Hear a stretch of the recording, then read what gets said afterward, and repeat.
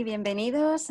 Iniciamos hoy, martes, un día distinto de los anteriores, nuestro quinto webinar dedicado a la conducta suicida. Lo hemos titulado Hablemos de suicidio, la epidemia silenciada, porque hemos pensado que, bueno, pues que hay una epidemia a nivel mundial originada por la enfermedad, por la COVID-19, pero que también hay otro tipo de epidemia o de fenómeno psicológico que está afectando también a todos los países del mundo.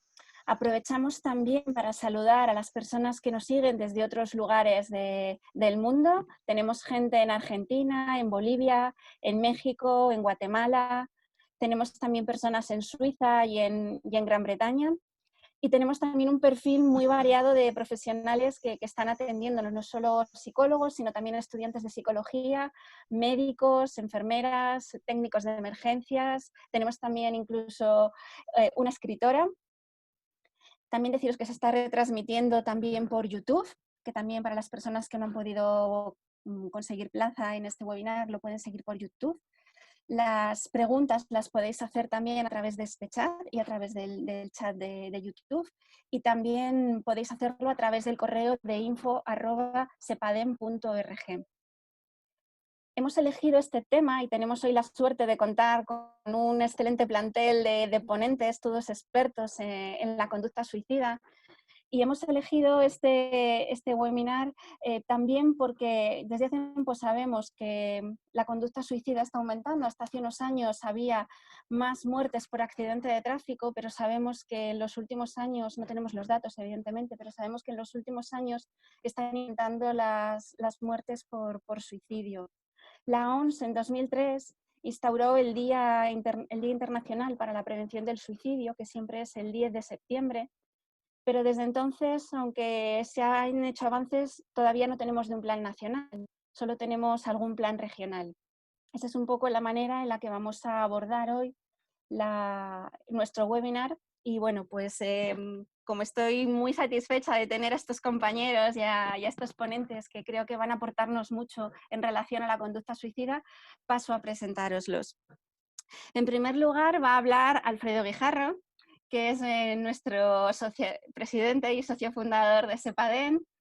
Es experto en psicología de emergencias, tiene 2 másteres en modificación de conducta, uno por la Fundación Universidad de Empresa, que está asociada a la UNED, y otro por el Colegio de Psicólogos de Castilla y León y la Universidad de León. Bienvenido, Alfredo. Buenas tardes, bienvenidos a todos. Me gustaría preguntarte, Alfredo, ¿cómo ha influido la COVID-19 y las medidas adoptadas en relación a las conductas autolíticas? Muchas gracias. Bueno, pues como yo no soy políticamente correcto, me voy a preguntar y te voy a hacer referencia a los datos. Los últimos datos que disponemos de suicidio, que son del 2018, hablaban de 5.300 suicidios en España, 3 veces más que accidentes de tráfico, 2 veces más que muertes por enfermedades cardiovasculares. A nivel mundial, el último gran informe de la OMS que yo tengo es del 2016 y hablaba a nivel mundial, a nivel global, de 800.000 suicidios. 2 veces más de muertes por suicidio que en conflictos bélicos. Con eso, de alguna forma, se escenifica un poco de qué estamos hablando. Y ahora sí, ahora ya paso a contestarte la pregunta, Patricia.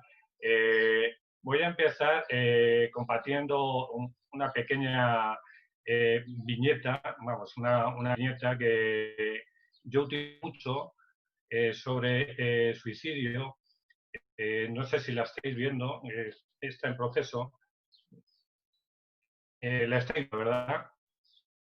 Bueno, un poco a lo largo de esta presentación, lo que vamos a ir esbozando es el saco de superabono que hace crecer ese árbol para que al final el presunto suicida se pueda ahorcar.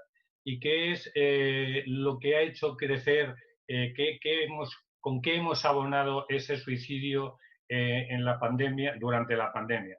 Si vamos mirando las 3 webinars anteriores, la primera fue muy genérica, obviamente. En primera, de intervinientes, pues ya salieron algunos de los aspectos que podían incidir en los intervinientes, al final, bueno, pues tuvieran una conducta autolítica.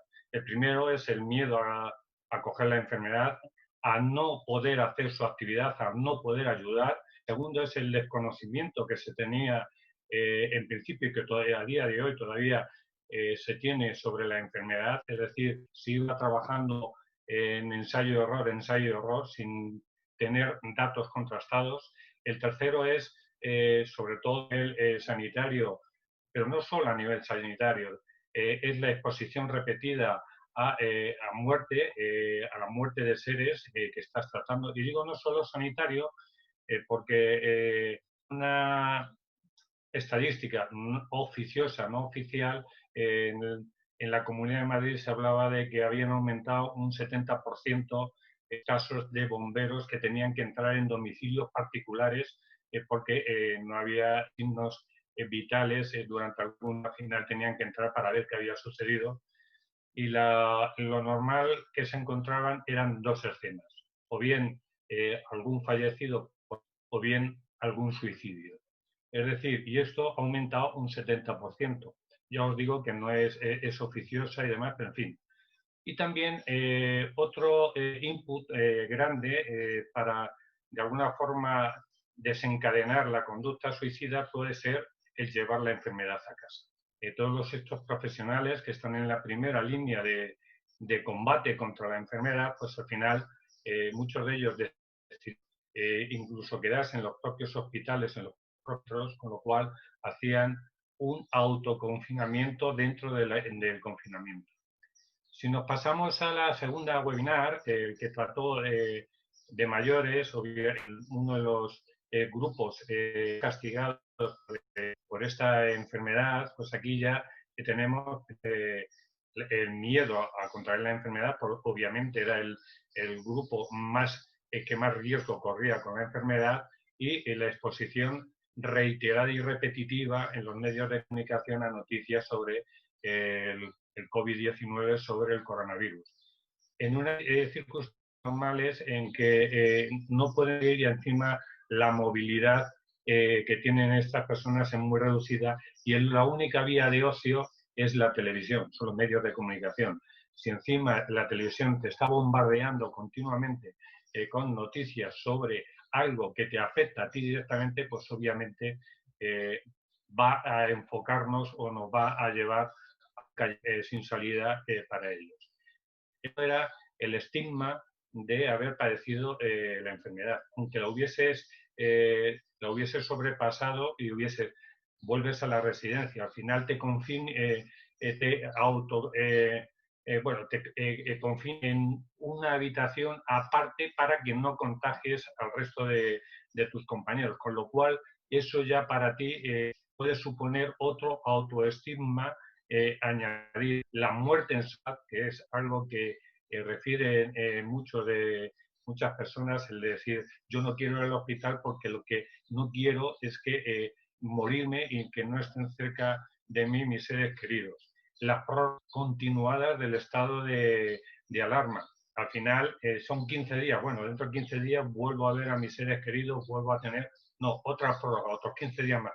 Bueno, un mes, venga, va, aguanto. Otra prórroga. Al final terminas tirando la toalla por la acumulación de pruebas. Y fundamentalmente el aislamiento y el no poder a tus seres queridos, que muchas veces es el único objetivo que tienen estas personas en la vida, es decir, la relación con los suyos. En la webinar de la semana pasada fue sobre menores y aquí pues obviamente aunque es un riesgo mucho menor probablemente en esta enfermedad, pero sí lo que conlleva la enfermedad sí que hace que haya situaciones de alguna forma que los puede hacer también vulnerables. El primero es el confinamiento, es el aislarlos de algo fundamental para ellos, que es el grupo de igual. Me estoy refiriendo fundamentalmente a adolescentes, porque los menores más pequeños, pues obviamente, a no ser que haya el segundo punto, que es que el maltrato, pues obviamente los puntos conflictivos son menores. En definitiva, las ganancias, como vimos, eran mayores porque tenían a sus figuras referenciales, a sus padres en casa, y los tenían las 24 horas del día para ellos solos, con lo cual era ganancia. Pero el grupo de adolescentes sí que necesita más del grupo de iguales que de los padres. Y aquí se une, y me refiero también a los adolescentes, el alto grado de impulsividad, que en un momento dado pues también puede ser un añadido, aunque como ya veremos en los mitos, impulsividad no es en todos los casos, pero sí en algunos sectores de riesgo sí que la impulsividad es algo añadido. Y ya como último grupo referencial es el de personas con algún historial de crisis autolíticas, de lesiones autolíticas. Y aquí se abren muchas posibilidades. Yo me he enfocado en uno que tengo cerca porque es un compañero de trabajo de una de mis hijas. Dejó su ciudad para venirse a trabajar a Madrid, es decir, está fuera de su ambiente. Tuvo una lesión autolítica en noviembre, estaba trabajando, pero estaba en contrato eventual, contrato de prueba. En condiciones, esta persona hubiese sido pasado a contrato indefinido, pero en las condiciones actuales la multinacional para la que trabaja no hace ningún aumento de contrato. Es decir, tenemos desplazado de su zona, de su grupo de relación, con una conducta autolítica reciente y con un futuro próximo, cuando menos incierto. Es un caldo de cultivo muy grande para alguien que encima está fuera de su zona y fuera de su grupo de relación. Y ya para terminar, porque no quiero extenderme mucho, voy a leer, esto las voy a leer literalmente, son noticias que se acabo del periódico Las Repúblicas, que es de California y que habla un poco de la realidad que están viviendo ellos. Son pinceladas. La primera dice: los médicos en el norte de California han visto más muertes por suicidio que por coronavirus durante la pandemia y achacan la culpa al confinamiento domiciliario. El siguiente es de un doctor del centro médico John Muir Wahoo. Perdonadme mi inglés, que es de todas, lo siento Olivia, me tendrás que dar clases particulares, en fin, es algo que lo tengo ya muy asumido. Creo que originalmente se implementó el confinamiento, se está refiriendo al confinamiento, para aplanar la curva y asegurar que los hospitales tuvieran los recursos necesarios para afrontar esa avenida. Pero en las circunstancias actuales, en que ya están en los recursos movilizados, es contraproducente socialmente. Y la última, a finales de marzo, habían muerto más personas en un solo condado de Tennessee por suicidio que las que habían muerto en todo el estado directamente por el coronavirus. Y ya termino, eso sí, no me quedo mucho más, con dos reflexiones. Una de Big Bang, que decía que incluso en las peores condiciones vitales que uno puede imaginar es posible encontrar un sentido a la vida, y este sentido nos ayudará a vencer esas situaciones. En definitiva, era una reformulación de algo que ya dijo Nietzsche, que decía que tiene un porqué para vivir y soportar casi cualquier cómo. Y nada más, ya doy paso a mis compañeras. Eso sí, a los que nos estáis viendo, insistiros en, por favor, para hacerlo más dinámico, mandarnos preguntas que dinamicen la segunda parte. Muchas gracias.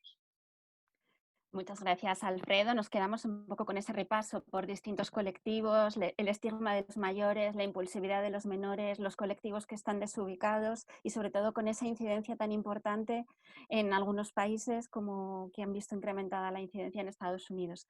Pasamos ahora a la siguiente ponente. Tengo el gusto de presentaros a Mar de Manuel.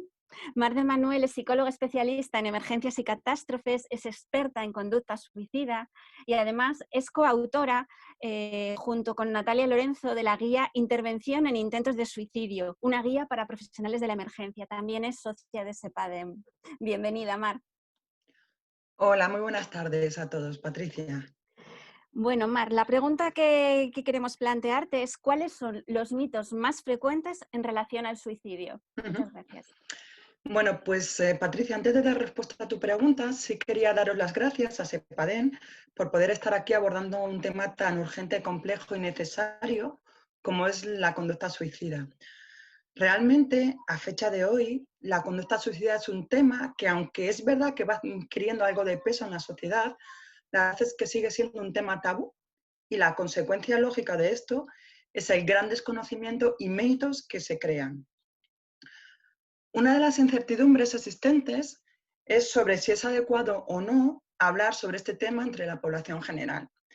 Y bueno, para aclarar este tema, sí quería remontarme a una novela publicada en 1774 en Alemania, que se tituló Las penas del joven Werther. Es una obra que está escrita por Goethe y en esta obra el protagonista pues, no es correspondido en una relación amorosa. Y ante no ser correspondido, pues bueno, pues toma la decisión de quitarse la vida. Esta obra tuvo mucha repercusión entre los jóvenes de la época y por lo que se cuenta, a raíz de esta lectura, bueno, pues muchos otros jóvenes decidieron suicidarse de la misma forma en que lo había hecho el protagonista. Y esto debió de ser así hasta tal punto que autoridades de Italia, Alemania y Dinamarca llegaron a prohibir esta novela. Si avanzamos un poquito más en el tiempo, llegamos a un sociólogo, David Phillips, que elaboró un estudio entre 1947 y 1968. En este estudio, Phillips demostró que en Estados Unidos el número de suicidios se incrementaba al mes siguiente de que el New York Times publicara en portada alguna noticia relacionada con el suicidio. Phillips, el sociólogo, a este incremento de suicidio lo denominó efecto Werther, haciendo referencia a la novela anterior. Vamos a seguir avanzando y vamos a llegar a la OMS, a la Organización Mundial de la Salud, que ya, fijaros, en 1969, es decir, estamos hablando hace 51 años, publica un documento que se titula Prevención de Suicidio y en este documento ya alerta sobre la necesidad urgente de abordar esta conducta. Avanzamos un poquito más también con la OMS y encontramos en 1999 el programa SUPRE. Es un programa de prevención del suicidio y a partir de este programa se editan diferentes publicaciones para la prevención, intervención y posvención en conducta suicida. Dentro de este programa SUPRE, en el 2000, la OMS publica la guía Prevención del Suicidio, un instrumento para profesionales de los medios de comunicación.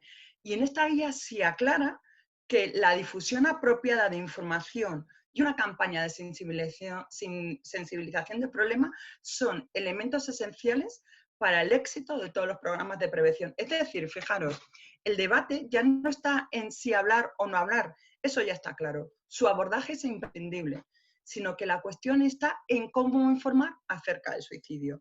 Y da una serie de recomendaciones, por ejemplo, evitar el sensacionalismo, evitar fotografías de la persona fallecida, evitar el método empleado y sí informar sobre las señales de advertencia del comportamiento suicida o informar sobre los servicios de salud mental y las líneas telefónicas de ayuda que estén disponibles. Otra idea que también quiero compartir con vosotros y que convive entre la población es que las personas deciden quitarse la vida de la noche a la mañana y en cuanto lo piensan, inmediatamente la persona ejecuta pues aquella forma en la que ha decidido morir. Afortunadamente, la realidad no tiene absolutamente nada que ver con esto. La persona toma la decisión de suicidarse como resultado de un largo proceso que va madurando. Es decir, un día aparece la idea y la rechaza inmediatamente. Otro día reaparece la misma idea, pero ya es como un pelín menos desagradable. Después decide no pensar más en ello y así sucesivamente va llegando y rechazando esta idea que cada vez le va resultando un poquito más atrayente.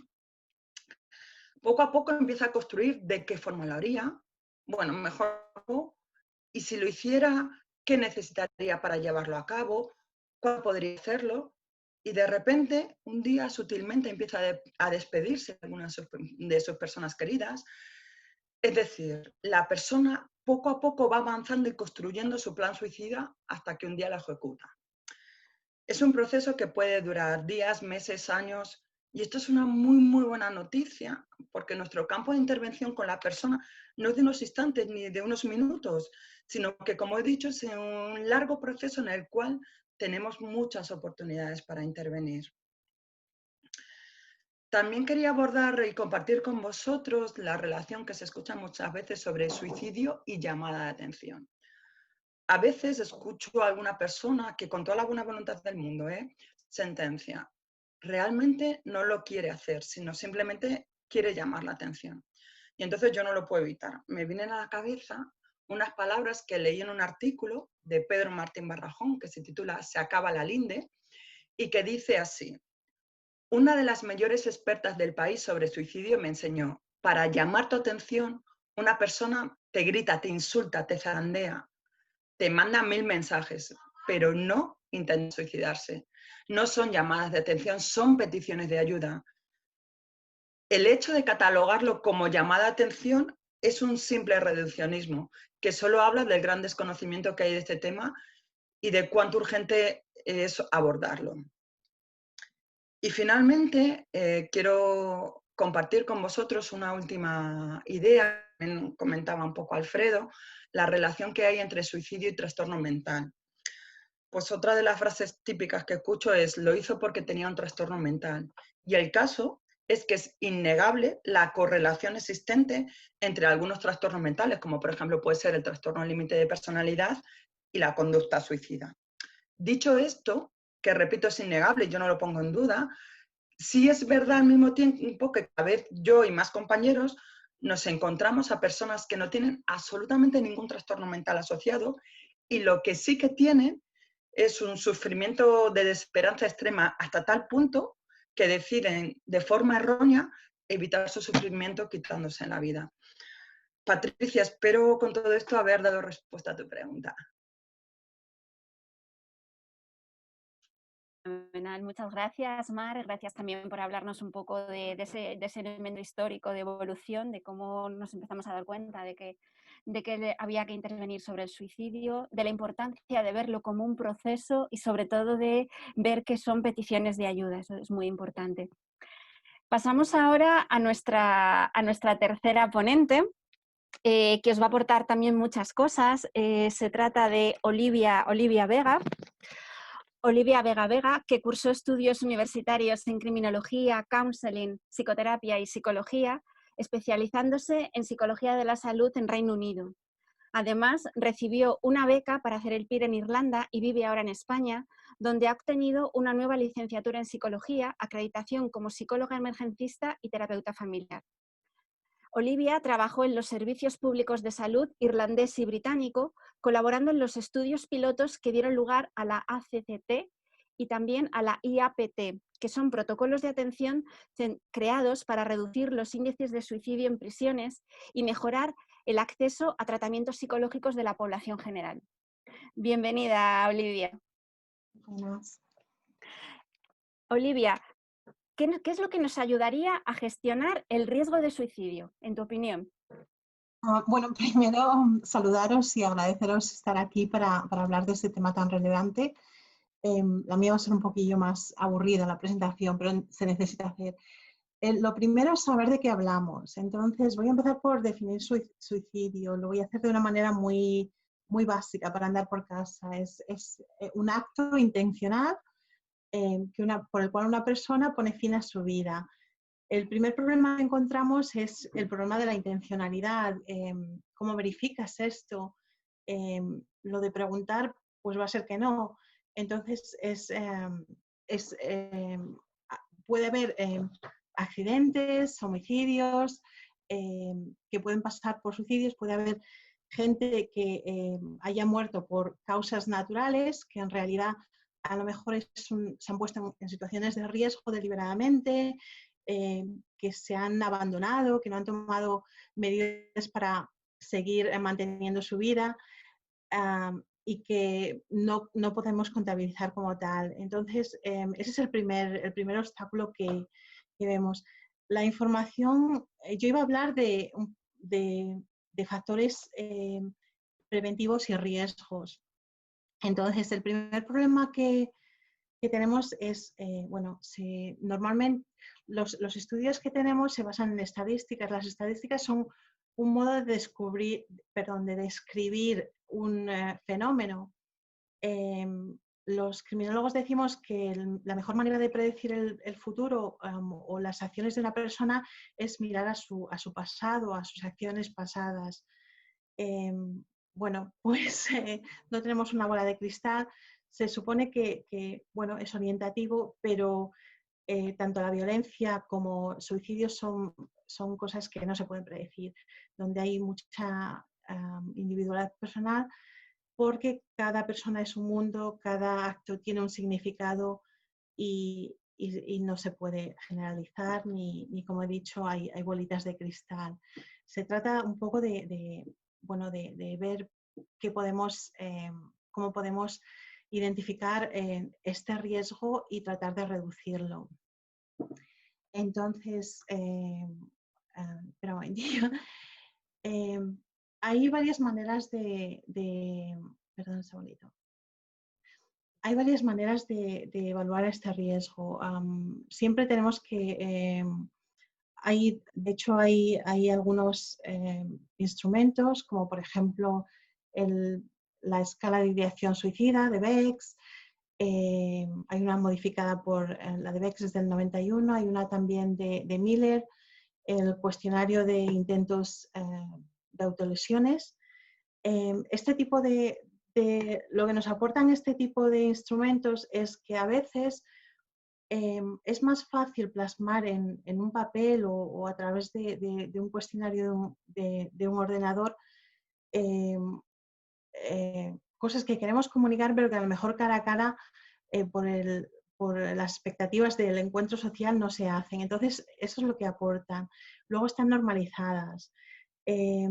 Las entrevistas la entrevista clínica semiestructurada lo que te da es una base bueno, pues por la estructura en la que más o menos reúnes todo aquello que es importante cubrir, pero tienes flexibilidad de profundizar en áreas que salgan y de adaptarte a cómo, bueno, pues a las características de la persona, la situación y demás. Es muy importante también la información que obtenemos indirectamente a través de personas que conviven con esta, que han notado que cambia, que esta persona cambia, que está haciendo cosas que no son típicas de esta persona, que son inesperadas. Como, bueno, pues un ejemplo muy clásico es poner sus asuntos en orden, empezar a desprenderse de valor, buscar gente que cuide sus mascotas, cosas muy obvias, ¿no? También la información directa, oír, ver, saber exactamente, prestar atención, no solo a lo que se dice, también a lo que no se dice. Si una persona no está nunca hablando de su futuro,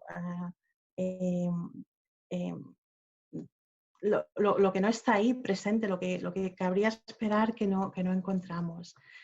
Entonces, todo este tipo de cosas nos da un poquillo un poco una idea de, bueno, de lo que puede estar pasando. Entonces, hay un montón de información sobre factores de riesgo, no los voy a pretender cubrir aquí todos. Voy a intentar tocar un poco los que en esta época son más relevantes. A grandes rasgos, nos indica qué tipo de cosas nos indica mayor riesgo de letalidad, ¿no? Perdón, letalidad. Ahora soy yo. La presencia de un sufrimiento psicológico intenso, una persona que lo está pasando mal. Ya lo ha mencionado la compañera, y la presencia de, bueno, unos planes concretos. Cuanto más específicos y más concretos y más elaborados sean, mayores las posibilidades de que lo lleve a cabo. Lo mismo que cuando nos proponemos goles o objetivos, cuanto más lo hayamos trillado, pues más posibilidades hay de que lo llevemos a cabo. La letalidad del método. Si el método que escogemos para acabar con nuestra vida es más peligroso, más efectivo, pues lógicamente aumenta si también escogemos, por ejemplo, lugares y ocasiones en las que no vamos a poder ser rescatados, eso aumenta la peligrosidad de desenlace con una pérdida humana. La falta de apoyo o el aislamiento de esta persona, que no haya factores de protección, que los tocaré un poquillo más adelante. Dificultades psicológicas. Yo personalmente prefiero no usar etiquetados. Creo que ayudan a poco, excepto a lo mejor conseguir fondos y atención para las personas, pero causa muchísimos problemas. Pero cualquier tipo de dificultad psicológica, de carencias de habilidades, por ejemplo, sociales, de resolución de problemas, dificultades o falta de habilidades de afrontamiento, dificultades intelectuales, emocionales que comprometen los procesos cognitivos, por ejemplo, sesgos negativos muy presentes en la depresión. Esto va a ser importante. Bueno, no tener razones para vivir, eso es muy obvia. Una historia de previos intentos, cuanto lo que he dicho antes, el pasado nos ayuda a ver lo que puede venir. Y una impulsividad alta también suele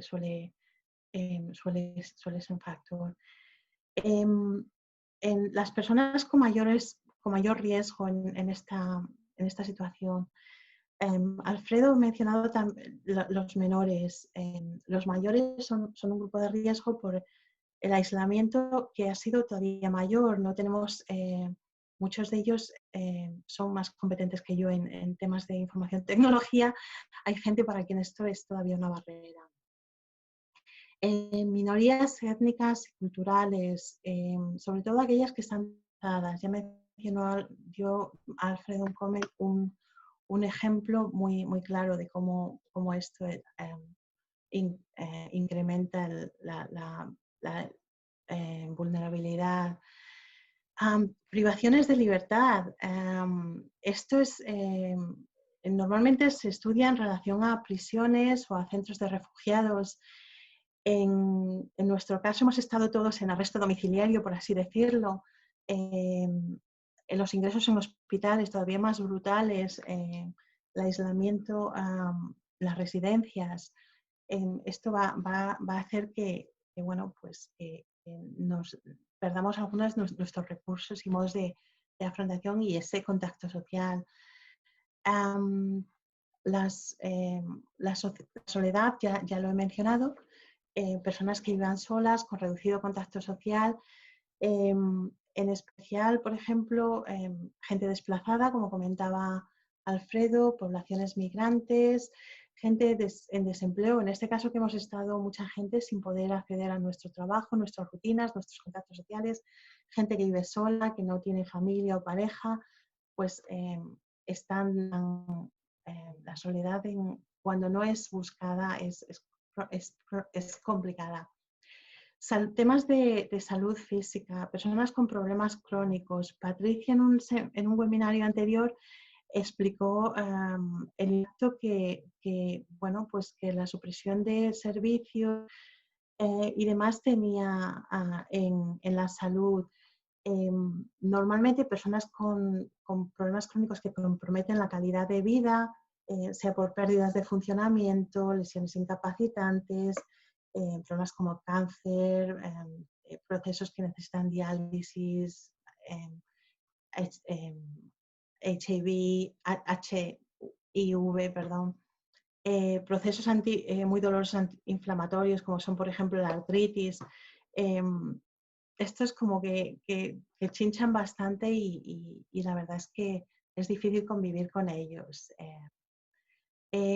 Personas victimizadas. Se ha hecho una gran campaña en víctimas de violencia de género. Gente que está atrapada con las personas bueno, pues que no las tratan demasiado bien. Esto también es una vulnerabilidad. Pérdidas recientes. Bueno, aquí no le ha tocado. En España hemos perdido 30.000 personas oficiales y, uy, perdón, me salta esto. Pero no solo pérdidas de objetos relacionales, como son personas, sino pérdidas de valor, de capacidades, de trabajo, de cosas que valoramos. Personas que tienen disponibilidad a medios. Pues lo más obvio para mí son las personas que trabajan en seguridad, que tienen acceso a armas, por ejemplo, personas que tienen acceso a productos farmacológicos. Todo tipo bueno, pues de maneras de realizar esto, ¿no? Privacidad. Lo hablaba antes, cuando yo empecé a trabajar en Wandsworth, en prevención de suicidio, una de las cosas que es una putada, pero bueno, una de las cosas que se hacía es antes de ACT, el modelo que se usa ahora, cuando cuando creíamos que alguien corría riesgo de intento autolítico, o de terminar con su vida, o de hacerse daño de alguna manera, lo que hacíamos era, bueno, lo que hacían era, lo que hacíamos era aislarlo, quitarle bueno, pues los medios de hacerlo. Entonces, lo que pasaba es que, lógicamente, lo único que hacía era estar pensando en ello y no avanzábamos. Le quitábamos los medios, pero también las ganas de vivir. Lo que se hacía cuando ella estaba es ponerle en una celda con un compañero. Tampoco había demasiado espacio, la verdad, solucionaba 2 problemas. Pero el compañero también ayudaba a vigilar a esta persona y a que no estuviera sola en momentos vulnerables. Temas de precariedad económica lo va a cubrir mi compañera Teresa ahora. Temas de abuso de sustancias. Y luego a nivel mental, pues la desesperanza, la inseguridad, sentimientos de indefensión, bueno, un estilo cognitivo que es polarizado, o esto es blanco o es negro, no hay nada en medio, con rigidez, falta de flexibilidad cognitiva y los temas de falta bueno, perdón, de inseguros los hemos experimentado todos. Fenomenal, Olivia. Muy interesante todo esto que nos estás contando, ¿no? De la dificultad de estimar el riesgo, de toda la cantidad de variables que es muy difícil resumirlas en tan poquito tiempo, de la importancia del sufrimiento de la persona y de observar todos esos signos indirectos que nos van a dar pistas de las variables que hay que observar y que hay que individualizar en cada caso. Fenomenal, muchas gracias. No. Pasamos a nuestra siguiente ponente, que es Teresa Pacheco, que tengo que decir que es una de las mayores expertas que hay en España en relación a la conducta suicida y tenemos la suerte de tenerla hoy con nosotros. Teresa es doctora en psicología por la Universidad Complutense de Madrid, es experta en psicología de emergencias y sucesos de gran magnitud. Además, ha trabajado durante más de 14 años en el SAMUR Civil y en la actualidad trabaja en el ámbito de la gestión dentro de la Consejería de Sanidad de la Comunidad de Madrid. Además, es autora de numerosas publicaciones en este área de especialización, en suicidio, y es ponente en instituciones nacionales e internacionales. Buenas tardes, Teresa, bienvenida. Muy buenas tardes. Bueno, para mí es un placer estar con vosotros y la invitación de SEPADEM como miembro de esta sociedad. Bueno, voy a presentar con un PowerPoint que me tenéis que decir si lo veis bien. Vale, yo creo que sí, que ya lo vemos, Sí, ¿no? sí que se ve. Bueno, muy bien. Pues yo realmente para responder a lo que hoy, ¿no?, nos ocupa y para dar voz a esta epidemia silenciada, voy a hablar sobre lo que es la relación entre conducta suicida y lo que es la crisis económica y crisis sanitaria.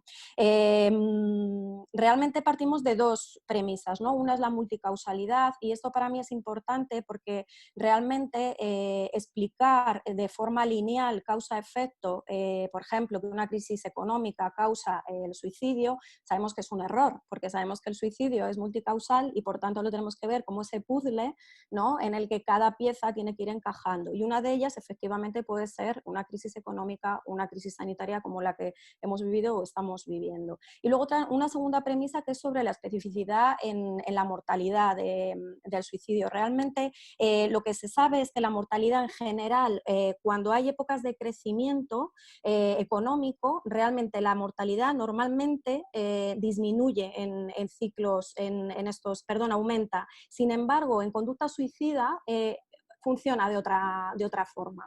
Entonces, ¿qué es lo que se ha hecho? Bueno, pues realmente lo que se ha hecho ha sido estudiar qué factores influían dentro de la crisis económica y algunos de ellos, obviamente hoy en 5 o 7 minutos es imposible hablar de todos, pero los más importantes son aquellos que se plantearon estudiar y que además parten de un estudio que se publicó en la revista Lancet, que se publicó en el 2009 y donde se hacía una revisión de 26 países europeos entre 1970 y el 2007. ¿Qué es lo que se vio? Bueno, pues realmente lo que se vio es que el desempleo, se concluía que realmente el desempleo se relacionaba con mayores tasas de suicidio y es más, que explicaba que un 1% del aumento de la tasa de desempleo se asociaba con un 0,79, o sea, casi un 0,8 de la tasa de suicidio, en menores de 65 años. Lo mismo ocurría en las mismas cifras con homicidios. También se ha estudiado en otras poblaciones, como por ejemplo en Estados Unidos y en Inglaterra también, donde se explica que una cuarta parte del aumento de suicidio y de los casos de suicidio se explicaba por el desempleo. Y aparte que una de cada 5 personas que se suicidan lo hace por el desempleo. Esos son datos del 2013. Ojo con lo que decía al principio, no hacer esa explicación lineal, ¿no? Hay otros datos, algunos de ellos además de España, donde relacionan el aumento de suicidio con el desempleo y sobre todo lo relacionan en periodos de desempleo muy elevados, es decir, va de 5 hasta 16 años y que además se relaciona con otros factores, principalmente con presencia de trastornos o patología mental, dificultades interpersonales, donde principalmente con lo que se relacionaba era con divorcios o separaciones. Sin embargo, a pesar de que tenemos todos estos datos, la realidad es que el estudio de empleo y ese efecto que tiene en la crisis suicida, en la conducta suicida, no llega a ser del todo claro, porque hay otros estudios que nos dicen que existen otros factores que influyen también y pueden jugar, incluso siendo más potentes que lo que es el desempleo, ¿no?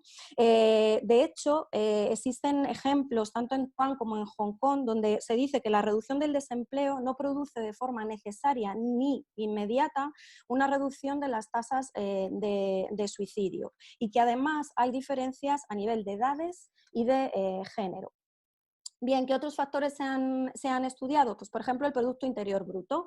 El aumento de riqueza por habitante, cuando aumenta el PIB a nivel nacional, suele reducir las tasas de suicidio en los países europeos. Sin embargo, en los países latinoamericanos se incrementa.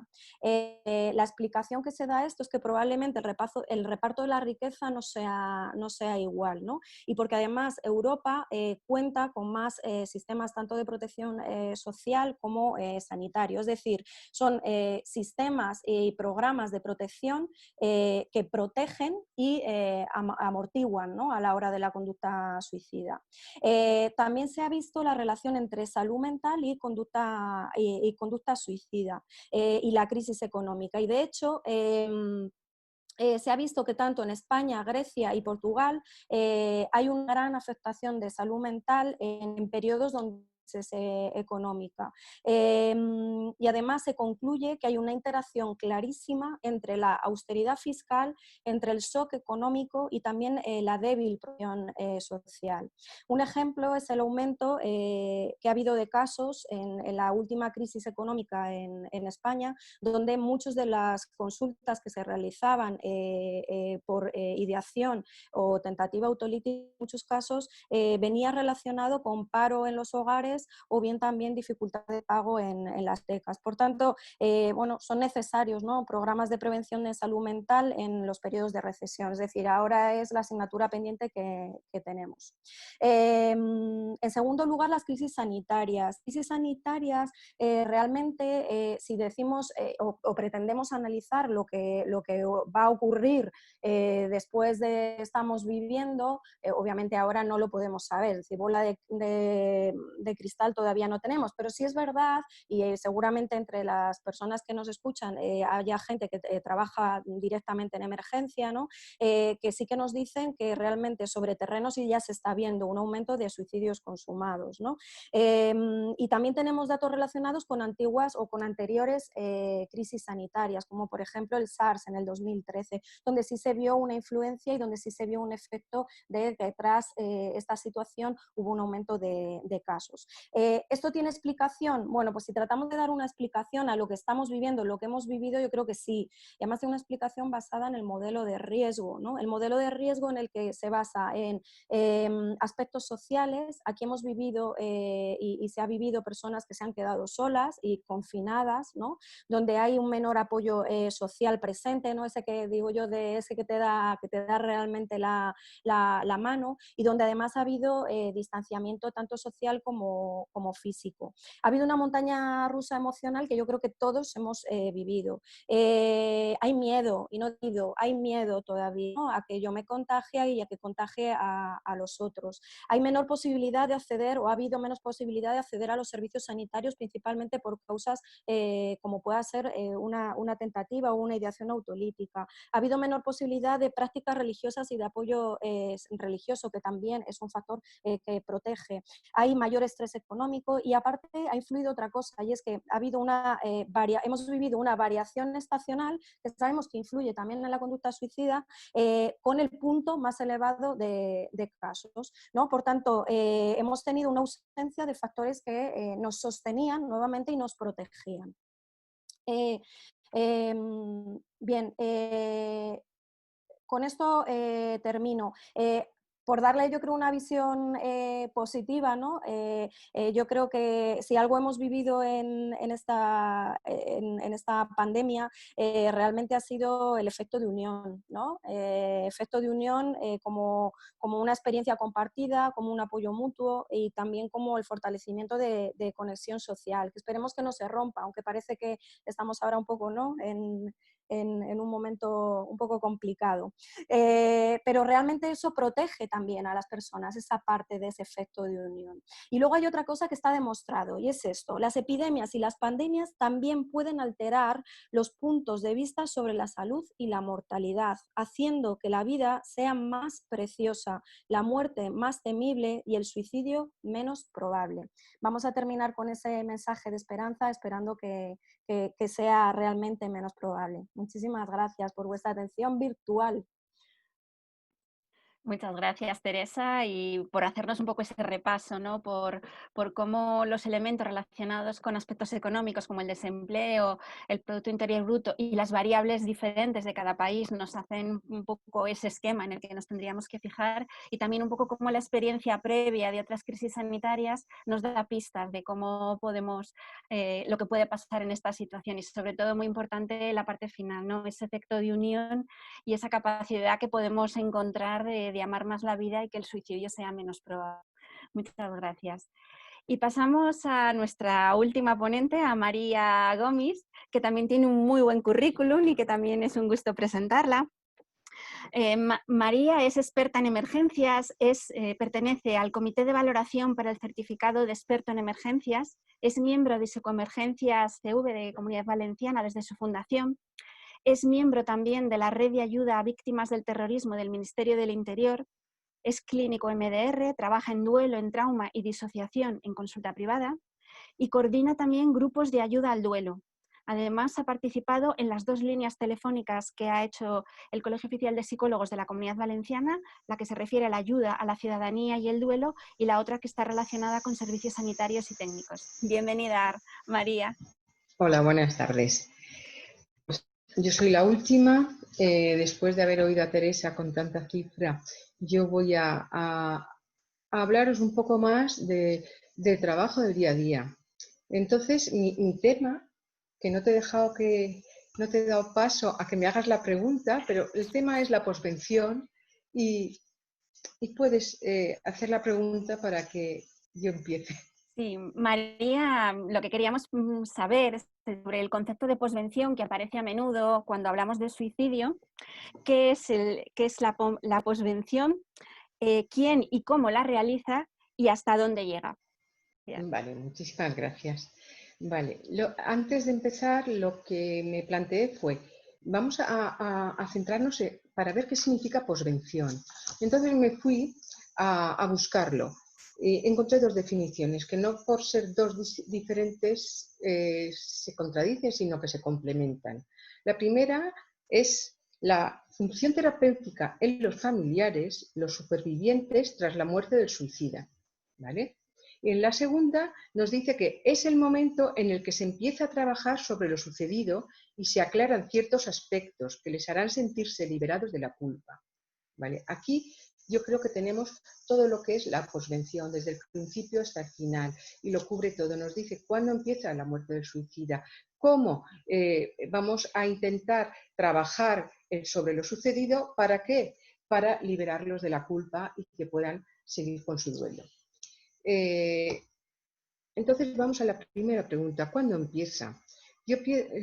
En mi opinión, puesto que además de emergencista también trabajo en clínica y sobre todo en duelo, os diré que mi visión empieza en el momento en que se llega in situ, al momento en el que hay la persona que se acaba de suicidar, que puede estar viva o no, pero cuando llegan todos los equipos de emergencias, los equipos se dedican al muerto y el psicólogo se dedica a los familiares. En ese momento preciso, que es dentro de la intervención, empieza la posvención. ¿Por qué? Porque vamos a empezar a trabajar en ese momento ya para que el duelo, para favorecer el principio de ese duelo, ¿vale? Y una buena inicio de posvención nos va a llevar a un duelo, yo no diré menos dolorosa, pero sí más fácil de abordar y más fácil de llevar, ¿vale? Entonces, ¿cuál es realmente el objetivo principal de esa intervención cuando se llega al lugar? Pues es evitar que esa experiencia dolorosa que están viviendo estas personas se convierta en un trauma. Yo creo que esa es nuestra misión principal como psicólogo de emergencias, ¿vale? Entonces, una vez que ya sabemos esto, ¿cómo hacerlo? Bueno, nos vamos a encontrar que las familias o los allegados que van a estar allí van a estar en estado de shock. Y eso es un gran problema. ¿Pero por qué? Porque en estado de shock no escuchan. Les hablamos y no escuchan. Están con una idea fija que es quiero verlo, qué ha pasado, no me he enterado. Eso en el mejor de los casos. También nos vamos a encontrar gente que llega ya muy anclada en quiero porque no sé si está vivo o muerto. ¿Por qué? Porque les han dado una mala noticia, les han dado bien. Es decir, que o le ha llamado un vecino o como mucho les ha llamado la policía y les ha dicho que tienen que personarse en el lugar y vienen que no saben y necesitan que alguien les cuente la verdad y se la cuente bien. Entonces, yo digo que la primera misión que tenemos ahí es contar la verdad. Es o bien darle la mala noticia si la persona no sabe que ha fallecido y se lo tenemos que decir, o bien, si lo sabe, intentar que esa noticia no se quede en forma de trauma, sino que su cerebro lo vaya trabajando. ¿Cómo? Pues nos vamos a trabajar ahí lo que se llama la memoria narrativa. ¿Qué es la memoria narrativa? Pues la memoria narrativa tiene 2 funciones. Una es recordar lo que lo sucedido para darle sentido y para luego poder afrontar, cuando nos metamos en otras fases del duelo, a todas las preguntas del por qué ha pasado, que cómo no lo he visto yo, y si yo me hubiese dado cuenta, es decir, todos los reproches que nos va a sacar la culpa, esa memoria narrativa les va a facilitar encontrar esas respuestas, ¿vale? Entonces, ¿cuál es nuestra misión ahí?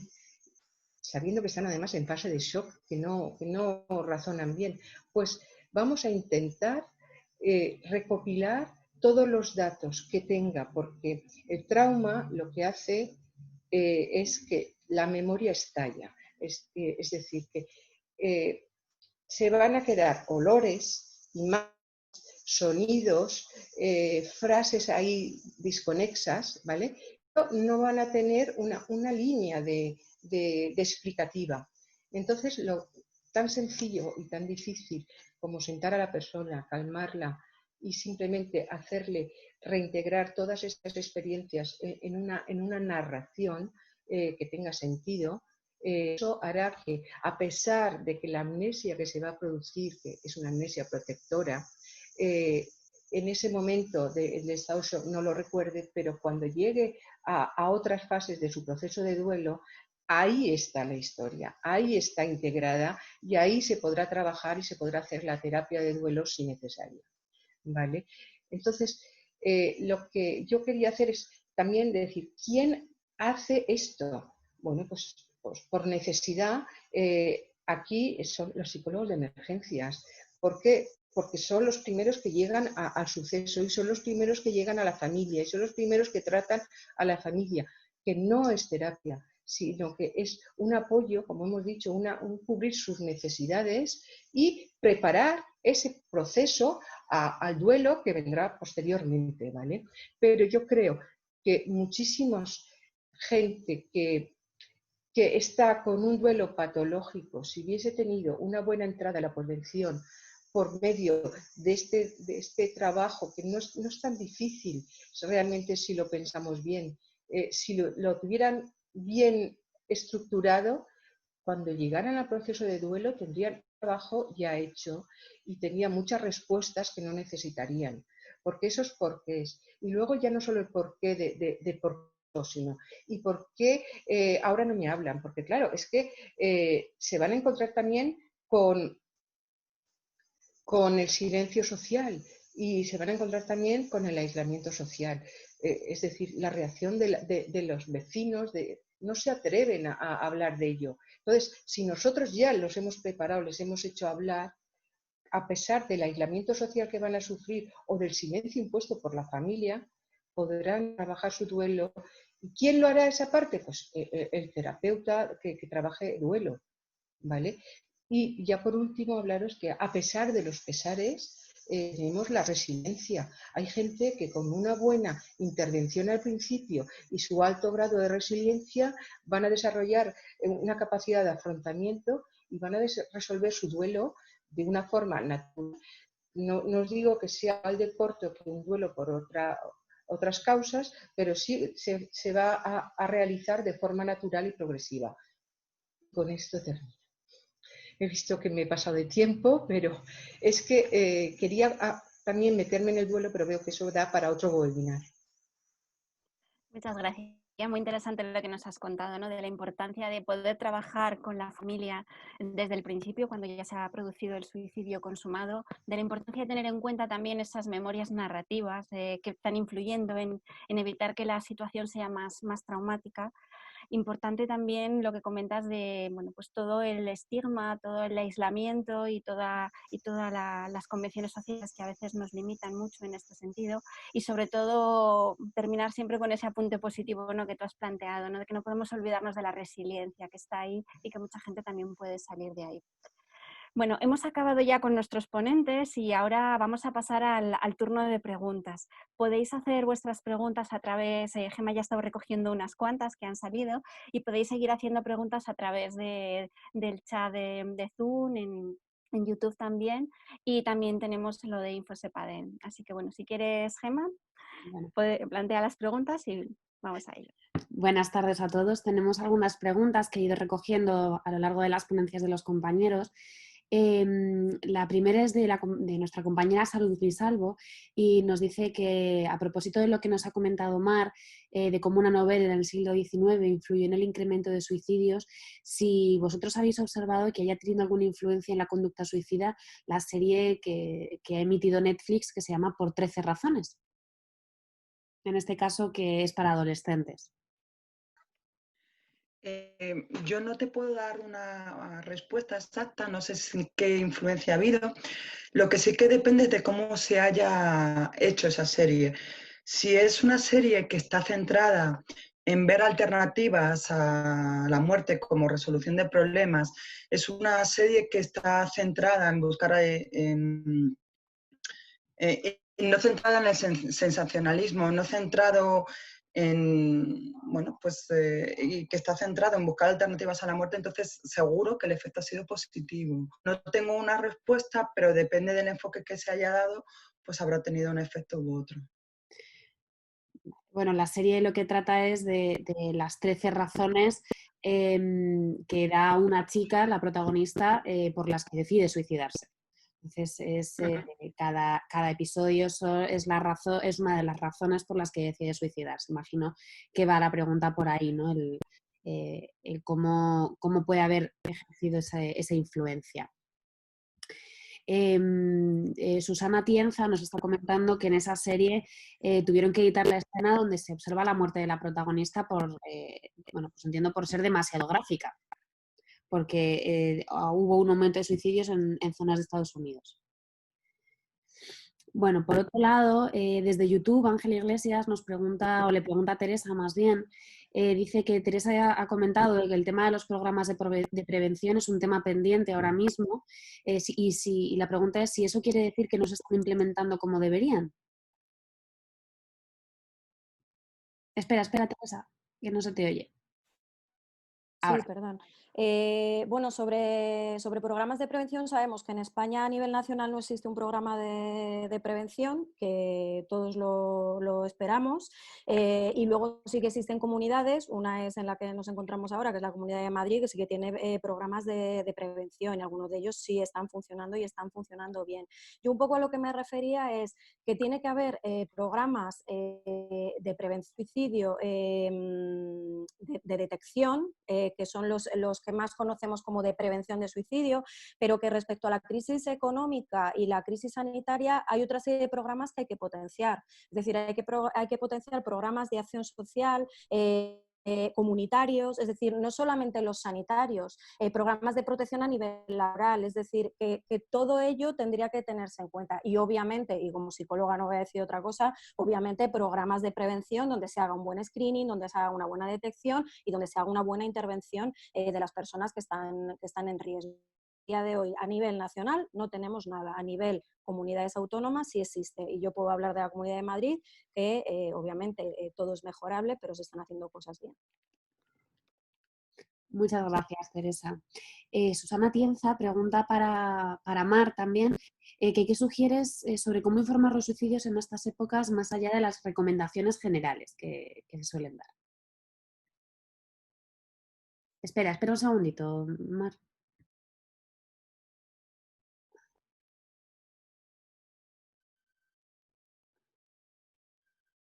No conseguimos activar el micrófono de Mar. Un segundito. Vale, ya está. ¿Me repites la pregunta, Te la repito. Dice, Susana nos pregunta, o te pregunta más bien, ¿cómo sugieres o qué sugieres sobre cómo informar los suicidios en estas épocas, más allá de las recomendaciones generales que hay?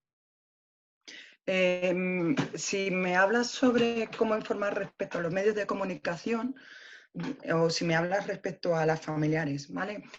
Si me hablas respecto a los medios de comunicación, creo que los medios de comunicación, como he comentado antes, es obligatorio que haya una repercusión sobre esta realidad, pero es obligatorio que esta repercusión se centre en las alternativas que hay a muerte cuando estamos en un sufrimiento extremo, ¿vale? Cuando lo vemos todo gris, cuando no encontramos salida, siempre hay alternativas, ¿vale? Y además tenemos servicios específicos, teléfonos de atención, siempre hay salidas y recursos. Yo creo que se tiene que abordar este tema no desde el sensacionalismo, sino desde hay alternativas. Yo creo que ese es el abordaje adecuado que hay que tener sobre este tema. ¿Y cuáles son los programas específicos y cuáles son los recursos que hay actualmente? ¿Cuáles son esos teléfonos donde las personas que están viviendo y atravesando esta realidad pueden llamar y ser atendidos? Muy bien, gracias, Mar.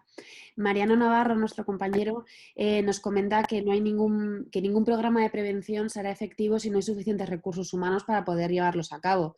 De lo contrario, todo queda en un panfleto de buenas intenciones, nos dicen, ¿no? Y entonces, ¿qué hacemos con todo eso? ¿Cómo podemos llevar a la práctica bueno, pues todos esos programas de prevención si no hay gente preparada para poder llevarlo a cabo? Me gustaría decir una cosa respecto a ese tema. Yo quiero añadir una cosa, que es que además de recursos humanos hace falta recursos económicos. Yo me encuentro programas de prevención en comunidades autónomas donde no hay una dotación económica. Entonces esos programas quedan muy bien en la foto, lo siento, quedan muy bien publicitarlos, pero si no hay una dotación económica, unos recursos económicos detrás, es imposible poder llevarlos a cabo. Alfredo, a ver, un segundo. No todo es recursos económicos y recursos humanos. Hay un caso de una prevención de suicidio del ejército americano que se tuvo que suspender, que además estaba muy bien subvencionado, se tuvo que suspender porque aumentó el suicidio de bajarlo. Es decir, el suicidio es tan complejo y tantos matices que el hacer un programa de prevención generalista, pues probablemente al final llegamos a cubrir nada. ¿Qué es lo que intentaron hacer un poco para crearon el tema de los peer supports, el apoyo entre compañeros, es el mediador que va un poco de una forma testando si hay algún compañero que pudiera estar a causa de un estrés agudo en tentativa y que hace mal para llevar a los servicios especializados. Y esto está dando bastante mejor resultado que el programa con muy buen presupuesto y muy buenos profesionales. No quiero decir el nombre porque es virtual, pero bueno, está en prensa. Tuvieron que quitar precisamente por eso que comentaba. María. Yo estoy de acuerdo con lo que has dicho, pero no dejas de necesitar un apoyo económico para incluso lo que estás diciendo, porque tú lo que haces es que en vez de tener de gente que detecta fuera del sistema, los pones los mediadores, que son los compañeros, la gente que está en el medio, pero luego ¿qué? Una vez detectado, ¿qué? ¿Dónde van? Pues tendremos que tener medios y tendremos que tener apoyos del gobierno, de las, no sé, de las administraciones o de algo para poder continuar, porque si te lo detectan y luego se queda ahí la cosa, no está solucionado nada. No me he explicado bien. Lo que hacía el mediador era específicamente detectar y canalizar a los servicios especializados, claro, a los psicólogos, psiquiatras y demás. Claro. Ese era un poco la antena de conexión, la que iba dando, y después tenían un servicio especializado de atención detrás de ellos. Pero si aquí en España tenemos unos servicios de salud mental que les falta de todo sin recursos, habrá que dotar de recursos a los, y estoy hablando solamente de la parte pública, a los recursos de mental, que aumentar el número de personas que trabajan en esto. Porque si tú los envías a salud mental y le van a dar una cita cada 3 meses, pues el hombre se ha suicidado 3 veces. En las noticias que yo he puesto, al final dan la coartada. Estaba muy bien lo del confinamiento, para frenar la sí, curva de escalada, pero se ha tenido, y esto es a nivel global, la salud mental no se tiene en cuenta, es la ceniza de la salud.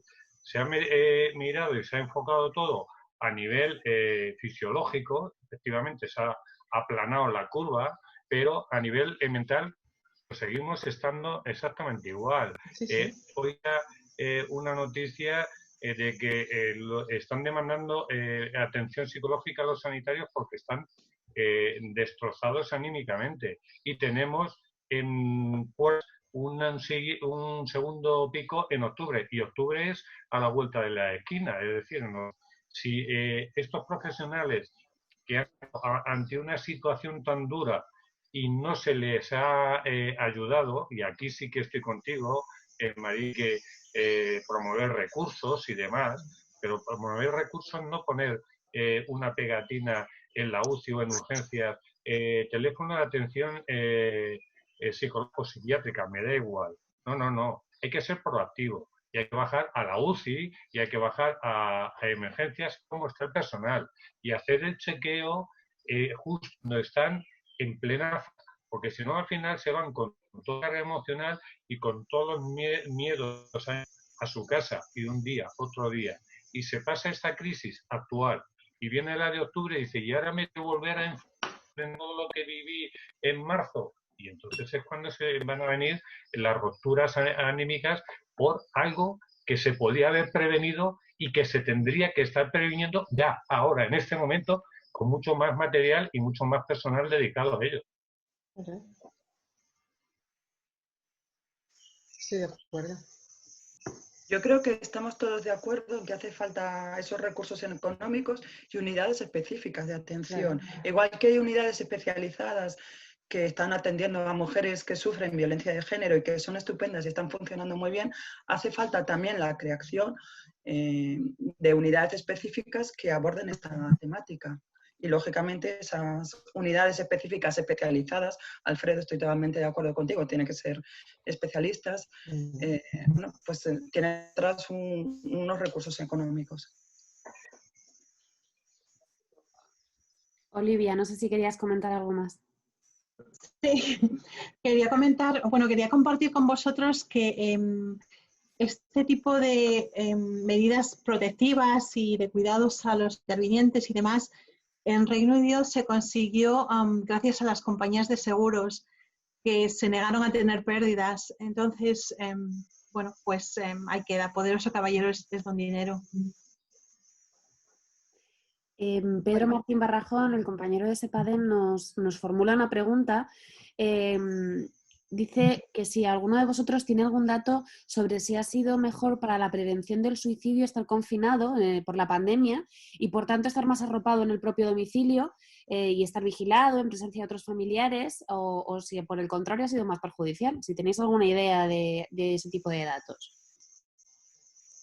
Hombre, No hay yo creo datos que de sí. momento, perdón. No, yo creo que ahora mismo el dar datos sería, no, o sea, sería anticiparnos a algo que todavía no podemos saber. Podemos intuir, ¿no?, que aquellos que han tenido un apoyo social adecuado por ser un factor protector de los más potentes, quiere decir que seguramente, bueno, pues hayan tenido ese apoyo como para no realizar a lo mejor una tentativa, ¿no? Pero yo creo que ahora poder saberlo a día de hoy, yo creo que no. Yo creo que es demasiado arriesgado decirlo ya. Yo creo que sí. María, no sé, perdona, Alfredo, iba a intervenir primero María. Vale. No, adelante, Alfredo. Pues adelante, Alfredo. Tenéis miedo, oye, eso era perfectamente, María. No, yo insistiendo un poco en lo que dice Teresa, es que no se puede, depende cómo haya sido el confinamiento. El caso que yo os decía era en un piso compartido, es decir, la red de apoyos sociales no estaba dentro del piso. Si la red más próxima de apoyo social, familia, habita contigo, pues obviamente puede ser un posible motivo de protección, pero si estás viviendo solo o en piso compartido, pues no será un motivo de protección. Es decir, el abanico de posibilidades amplio, que estoy de acuerdo con Teresa, que así a bote pronto puedes sentir una contestación de que van a aumentar los suicidios, pero no solo por el confinamiento, sino por la pandemia, por el futuro por todo el cúmulo de ciencias que hay alrededor. Se me ha olvidado decir, en las residencias de mayores, los mayores cuando no ven a sus seres queridos, al final han de comer y se han abandonado y al final han muerto por deshidratación porque no tenían el objetivo de ver a su nieto, que igual iba a querer, pero bueno, le veía y además y se contabiliza como suicidio, ¿no? Se contabiliza. Independientemente, todos opinaremos de que es de alguna forma un tipo de suicidio, pero que no va a estar contabilizado en la estadística como suicidio. Es decir, que al año 2021, que es cuando se publican allá por el mes de noviembre las estadísticas de mortalidad y mortalidad del año que antes, pues no saldremos de cuentas y estaremos en el capítulo general de suicidio y no sabremos cuál ha sido el desencadenante. Yo lo que puedo decir es que en las líneas que hemos tenido telefónicas de ayuda había muchísimo, yo no diré suicidios porque no hemos tenido suicidios, porque no sabemos, pero sí una ideación suicida muy alta de la gente por el confinamiento. O sea, que gente que tenía esperanzas aún de vida porque llevaban una vida, yo he encontrado mucha gente aislada en casa que estaban encerrados y que te decían eso, es que la única salida que yo tenía todos los días era salir por la tarde, dar una vueltecita y ahora no tengo nada, entonces ¿para qué quiero vivir si total? Estar aquí en casa todo el día viendo la tele, o sea, eso había, no sé, de todas las llamadas que he recibido, el 70% esa ideación la tenían. Me quito de en medio y acabo antes. Porque además esto no sabemos cuándo saldrá, pues ya está, ¿para qué quiero sufrir más? Entonces, cifras, pues no las tenemos, porque no van a salir hasta que no toque. Pero que se puede intuir, sí. Aquí. Por otro lado, Inmaculada Aragón nos pregunta o nos comenta, ¿no?, que en la escuela para los niños se necesita intervenir más para prevenir el suicidio por bullying en adolescentes y en los más pequeños. Si conoces algún programa de prevención que se podría hacer en las escuelas, ¿no?, prevención de suicidio, ya que es alarmante los chavales que tienen intentos de suicidio o que llegan al suicidio consumado.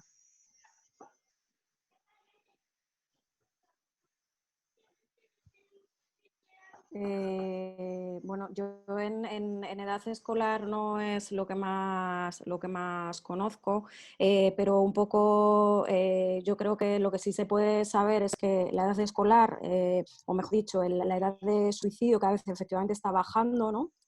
Y está bajando, yo creo, por algo muy importante, y es que la edad, por ejemplo, de inicio de la adolescencia está bajando también. Y la adolescencia es un periodo de mucho cambio, de riesgo, es decir, eso puede ser, a bote pronto, es uno de los factores que puede influir en adolescentes, ¿no? Aparte tienen un acceso total a toda la información sobre métodos, a toda la información sobre conducta suicida adecuada e inadecuada. Es decir, yo creo que hay varios factores que están influyendo que efectivamente los adolescentes o preadolescentes haya más casos. Sí hay algunos programas, pero yo creo que también igualmente a nivel de ahora mismo estamos todavía en pañales con el tema de programas de prevención en educación.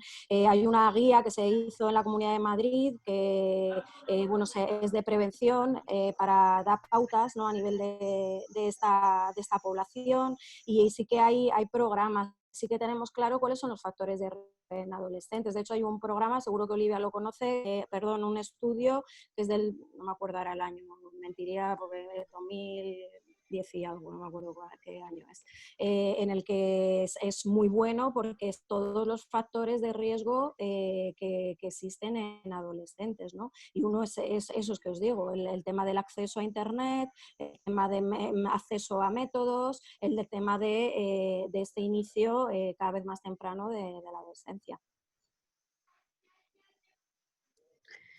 Muchas gracias, Teresa.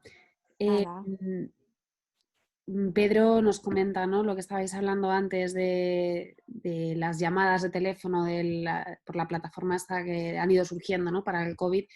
Dice Pedro Martín Barrajón que en el teléfono del Consejo General de la Psicología la media era de 3 llamadas de riesgo muy alto, con planificación estructurada y disponibilidad del método e intentos previos, pero efectivamente es difícil comprobar ni dilucidar si incremento o no por la diversidad de servicios que hemos prestado atención y la ausencia de un servicio centralizado con el que poder comparar las cifras del resto del año.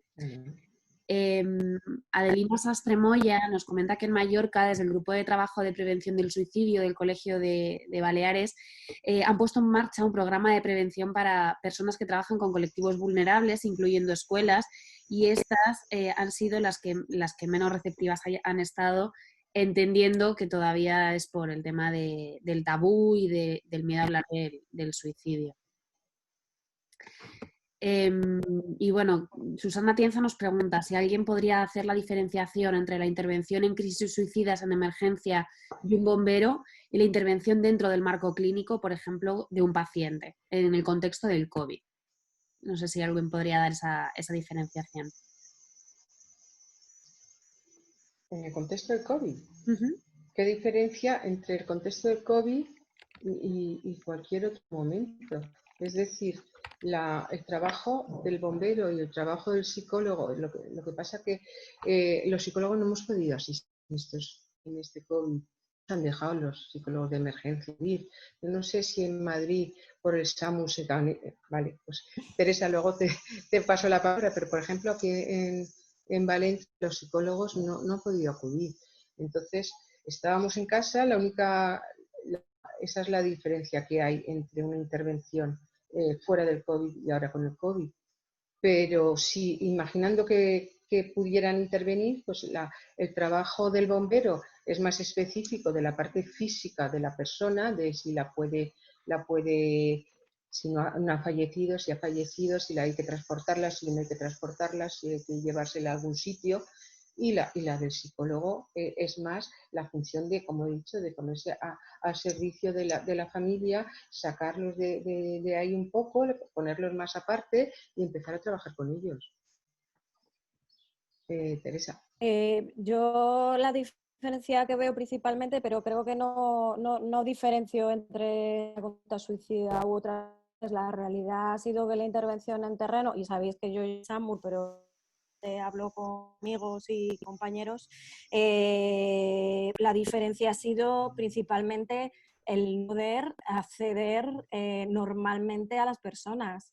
Es decir, la intervención ha hecho que hubiera una barrera, pero eso con conducta suicida y con todo. Es decir, ahí ha habido una barrera, lo primero porque uno tenía que vestirse de Teletubby para poder intervenir. Y con las familias 3/4 de lo mismo, las familias igual, pues de lejos, y todos sabemos que, bueno, pues que si vas con una mascarilla, etcétera, etcétera, si ahora ya nos cuesta, ¿no? A mí me cuesta mucho hablar con la gente que no le veo la cara, pues, ¿no? Imaginaros una situación de esas en las que tienes que dar apoyo, en el que obviamente contacto físico no existe, comunicación no verbal limitadísima, y donde además la gran preocupación, que era como una nube que existía, es si voy a contagiarme o me van a contagiar.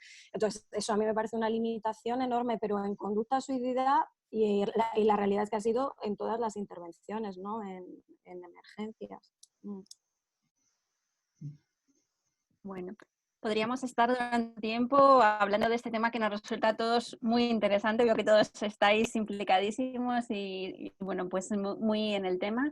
Vamos a quedarnos también un poco con la parte final del debate, ¿no? De a ver si conseguimos, ¿no?, que se implementen más planes, aparte de los poquitos que habéis comentado en distintos colegios, a ver si conseguimos ese nacional, a ver si se pueden hacer programas con jóvenes, ¿no?, que ahí está un poco parte de nuestro nicho de trabajo como psicólogos de emergencias, que además de esos recursos económicos también sigamos con profesionales especializados en conducta suicida y que podamos estar interviniendo en toda la parte del proceso.